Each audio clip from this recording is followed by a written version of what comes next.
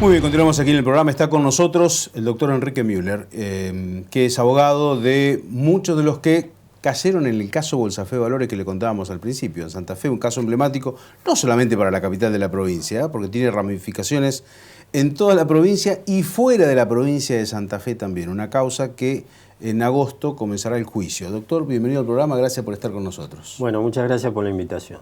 Bueno, ¿en qué estado está la causa hoy? Porque ahora incluso sabemos que hay nuevas convocatorias e indagatorias en los próximos días. Sí, digamos que hay que diferenciar porque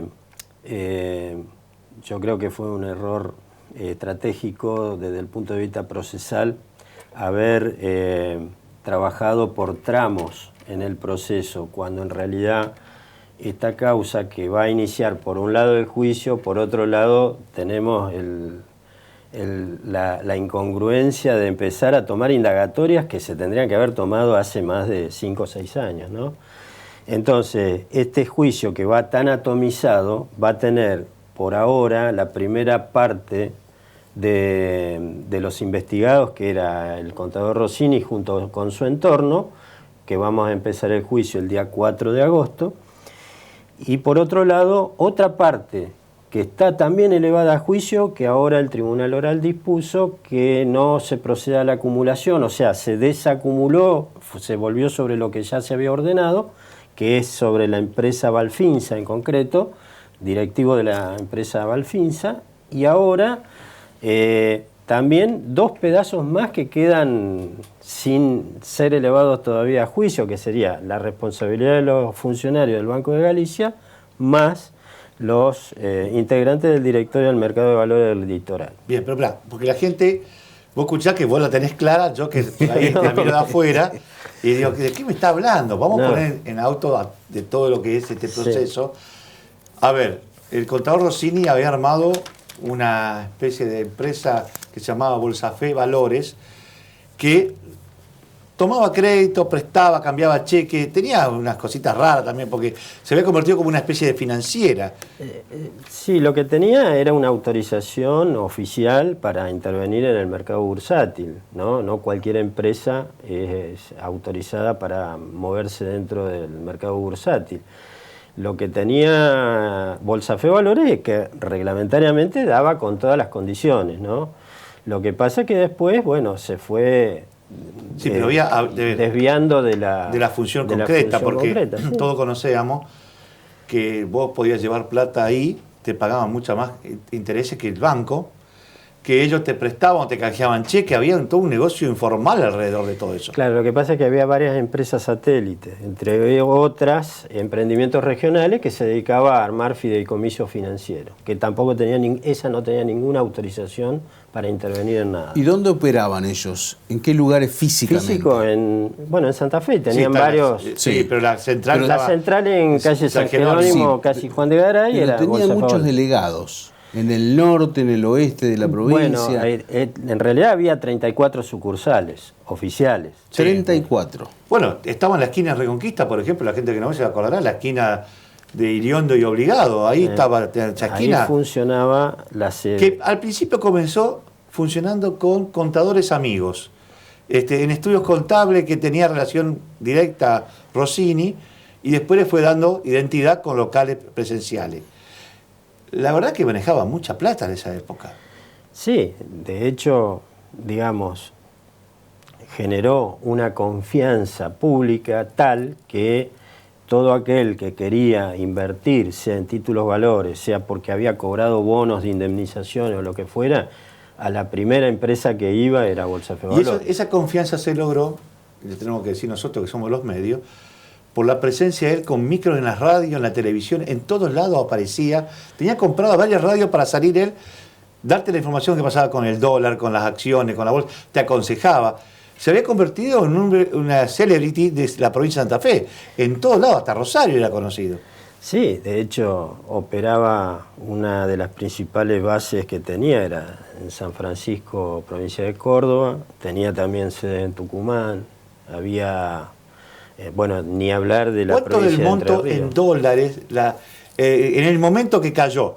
Estamos hablando de 2012. Esto, 2012. ¿no? ¿Cuánto ya pasó? Casi 9 años. Sí. Sí, parecía que 2 años atrás, qué rápido que pasa, pero y todavía no tenemos ningún culpable, ni la posibilidad de recuperar plata de nada. Bueno, se está trabajando, obviamente. De hecho, hay un proceso de quiebra que está avanzando, pero de todas maneras, la cuestión de este tipo de delitos que vaya tan lento cuando se tuvo la oportunidad ya fines del 2012, principios del 2013, de tratar de trabajar mucho más rápidamente, cuando nosotros habíamos planteado que debía intervenir la justicia federal, porque había una serie de delitos posteriores, como el lavado de activos, que eran de competencia federal, y después de una pelea entre la justicia provincial y la federal, se perdió un año entero hasta que se determinó de que la competencia iba a ser de la justicia federal. Eso para arrancar. Y de ahí en más, obviamente, un montón de cuestiones y hechos que han suscitado distintas incidencias, chicanas, llámenle como quieran, pero esto ha sido así. ¿Cuál es el monto estimado de los damnificados? ¿Y cuántos son más o menos? Oficialmente en la causa hay más de 400 y pico de damnificados, pero sabemos que son muchos más. Bueno, a ver, conozco muchos que ni se presentaron porque no podían justificar el blanco. Era que eso yo digo que había todo un negocio oscuro de la plata negra que se ponía en el sistema para cambiar cheque, préstamos, bueno, y especulaciones. Y que muchos de esos que podían haber hecho el reclamo no lo hicieron porque no tenían miedo de que la FIP caiga después, que iba a ser más costoso. Sí, muchos resignaron de esa forma, otros han resignado porque dijeron, no, esto perdimos. Y más o menos el volumen de estos damnificados, ¿cuánto asciende? ¿O cuánto ascendían? Estamos hablando de plata ya hoy que ha perdido mucho valor. Sí, nosotros habíamos hecho en una primera estimación, de acuerdo a todos los sujetos involucrados, había más de 1000 damnificados, mucho más de 1000 damnificados, y en aquel momento no podíamos hacer la estimación en dinero porque las estafas vienen desde el año oficialmente y de acuerdo a lo que está aprobado en el expediente desde el 2003 en adelante. 2003. Claro. Entonces, bueno, a ver, lo que pasa que, a ver, es una maquinaria que también hubo un caso a nivel mundial, esto. Sí. Es decir, vos ingresabas a un sistema que venía con déficit, pero era una pelota que venía rodando. Entonces, vos entrabas, exigías tu liquidación y con la plata nueva que entraba te pagaban a vos, aunque esté en rojo total, porque no le cerraban las cuentas por ningún lado. Y creo que el golpe se lo da a la universidad cuando le pide una plata muy grande que liquide, porque se había ya empezado el runruneo que no andaba bien, y la UNL le pide un monto muy grande, y ahí comienza a aparecer el quiebre de lo que no poder cumplir con los compromisos que tenían asumidos. Sí, digamos que hubo varios, es decir, porque este desmadre se produce en los que se denominan esquemas de Ponzi, que si ustedes vieron el caso Madoff, a eso me refería. Es más o menos eso. Uno, en la medida que genera confianza pública y van ingresando o reingresando inversiones, va tapando los agujeros porque la otra plata ya se la fueron. Ahora, a Rossini lo detienen en diciembre de 2012. Antes de la detención salieron varios pagos en esas últimas semanas. Sí, por el conocimiento que teníamos, sí salieron varios pagos. Ahora, yo le pregunto, Rossini dice que estaba preso, que no tenía plata, que no se había quedado con nada. ¿Ustedes no hicieron un seguimiento? Si tenía algún paraíso fiscal, dinero. Bueno, yo no puedo creer que una persona tan inteligente que montó tremenda estructura no haya tomado previsiones, aunque sea por lo menos, si le salía mal, quedar bien parado. Sí, nosotros tenemos 2 o 3 teorías en cuanto a, de acuerdo a lo que investigamos nosotros. Nosotros detectamos bienes en Punta del Este, por ejemplo, 2 edificios, que los comercializaba una inmobiliaria que casualmente en esa inmobiliaria los socios de Rossini eran el encargado de la oficina de San Francisco, un contador, ahora no recuerdo bien los apellidos, y un contador de San Jerónimo Norte, que el contador Salman me parece de San Jerónimo Norte, y un abogado local que andaban en ese tema y que ofrecían, después de que pasó todo este desastre, andaban ofreciendo los departamentos que se vendían en Punta del Este, en un lugar muy privilegiado. Barato. Ahora, ¿no? Doctor, y la pregunta de lo que Carlos preguntaba, ¿hay posibilidades recobrar o recuperar algo de este mundo? Porque estamos hablando de más de 1000 damnificados. Indudablemente que la cifra es multimillonaria.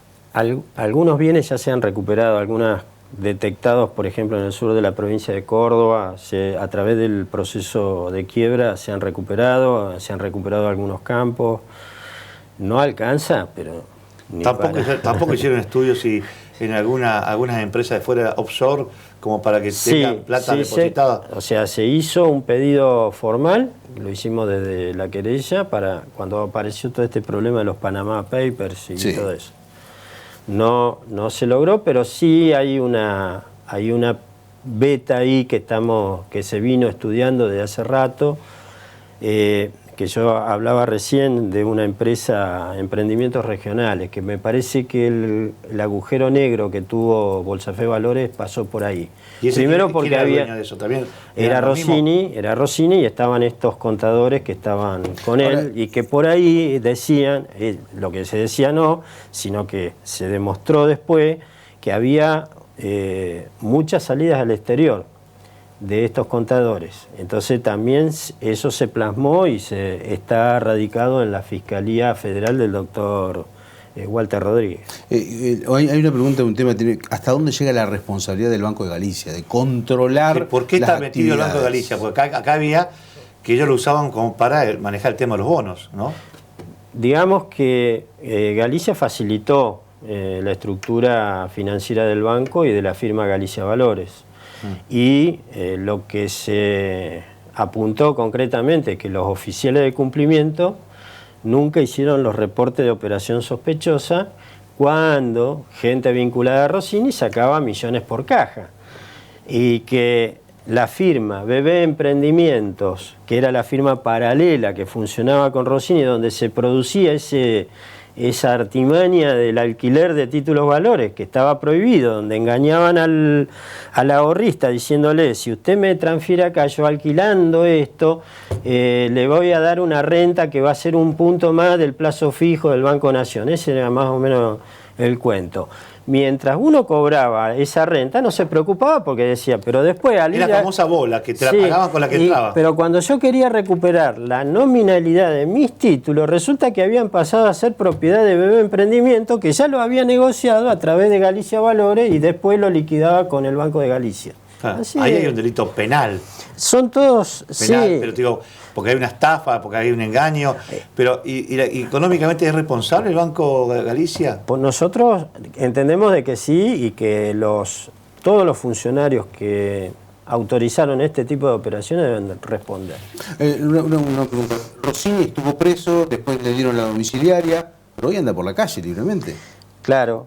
No nos olvidemos que él estuvo bajo el régimen de prisión preventiva durante 4 años y medio sin tener sentencia condenatoria. O sea, claro, eso indefinidamente no se puede. En algún momento hay que darle un corte porque si no, no solo es inconstitucional. No, ya, seguro.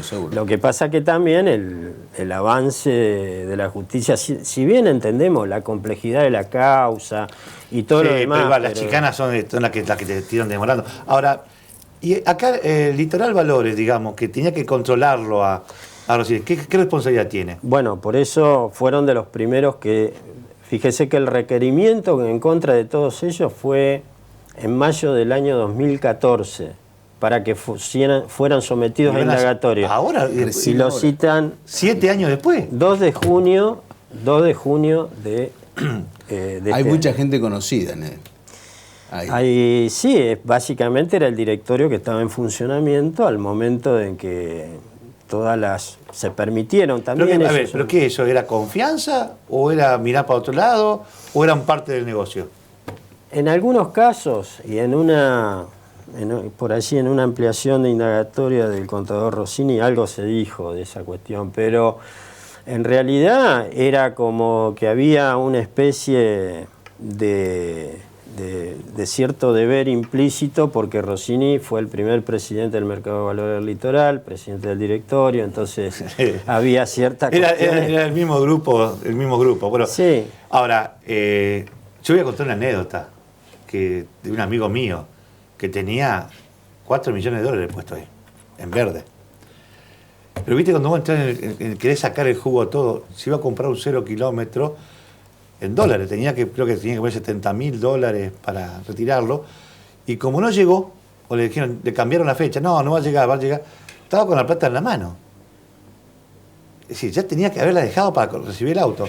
Pero viste, cuando estás todo en ese metido que te ofrecen tanta plata y ganan unos puntitos más, por esa semana o esos días que le faltaban para que le llegue el auto, fue y puso los 70.000 también ahí. Y le cayó justo el lío grande, así que se quedó sin los $4 millones y sin el auto, 0 kilómetros, que era de importado, muy lindo. Es uno de los clientes. No creo. No creo, pero bueno. Es impresionante. Y eso es por angurriento, perdón la expresión, por querer sacar un puntito más cuando tenía que ir a la concesionaria, tomar la plata. En algún momento se hablaba de cuántos millones de dólares se hablaba del defalco. Estoy hablando en esa época. Era mucha plata, y como dice él, tenía sucursal en todos lados. Se había convertido en una potencia. Lo que pasa es que acá o hubo malos negocios o habían hecho un vaciamiento, que el capital está en otro lado, que no sabemos, pero a mí me llamó la atención por el nivel de negocio que era diario en todos lados. En Reconquista era potencia esto. Sí, en Reconquista, que tengo algunas personas que son clientes míos. De hecho, el primer cliente mío era de Reconquista, que trabajaba más por internet y todo esto, porque conocía un poquito el manejo de los manejos bursátiles. Pero las cuestiones en realidad es que el problema es la falta de sensibilidad general en todo el Estado, me refiero al Estado en general, respecto de los pequeños inversores, que era gente o que se estaba pagando un tratamiento oncológico o que había tenía una platita que cobró de una indemnización, la puso para y siempre esas cuestiones que uno se imagina en el ámbito bursátil, siempre el gran inversor, y no hay tantos grandes inversores. Y lo que pasa es que encima, más pasa el tiempo, la actualización, cuando vos lo comparás con el dólar, se va licuando sola. Entonces, esto capaz que era un problema de 200 y pico millones de dólares, después lo terminás arreglando con 20 millones o 10 millones de dólares. Entonces, también el tiempo juega a favor de lo que delinquen, que son estos tipos que hicieron todo este armado y que no pararon, si es que tenían problemas realmente de agujeros negros, o que realmente se llevaron la plata para hacer su negocio personal. Sí, verdaderamente el tema es que uno entra a hacer los cálculos, se pierden los cálculos, porque arrancamos con una deuda aproximada, muy aproximada inicial, de cerca entre 500 y 700 millones de pesos. Por eso te digo, la actualización ahora, después no va a ser igual. La verdad que ni idea de cuánto... Porque tendríamos que ver las evoluciones de los títulos valores, cuánto han seguido cotizando y todas las demás cosas, que son factores que van a tener que... No, esto tiene para rato. Tiene para rato. Gracias por haber venido. No, gracias a ustedes. Nos vamos a la pausa. En un minutito ya volvemos con la nota que le va a hacer Darío Gómez a Barleta, el ex intendente de la ciudad de Santa Fe.